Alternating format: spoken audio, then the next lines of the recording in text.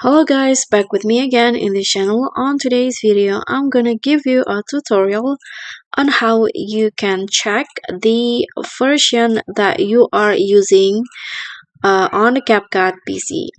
So here I've already opened the CapCut PC. I'm on my editing page, and to easily find out the version that you are using, you can just click on the menu at the top, and here there will be a drop down, and to find the version we just need to head to the more menu in here.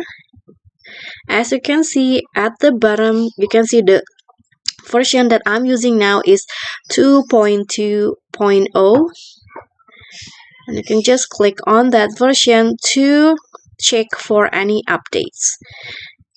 Okay, so that's all for me. Thank you so much for watching. Don't forget to like, comment, subscribe, and also click on the thanks button below. I'll catch you all on the next tutorial. Bye!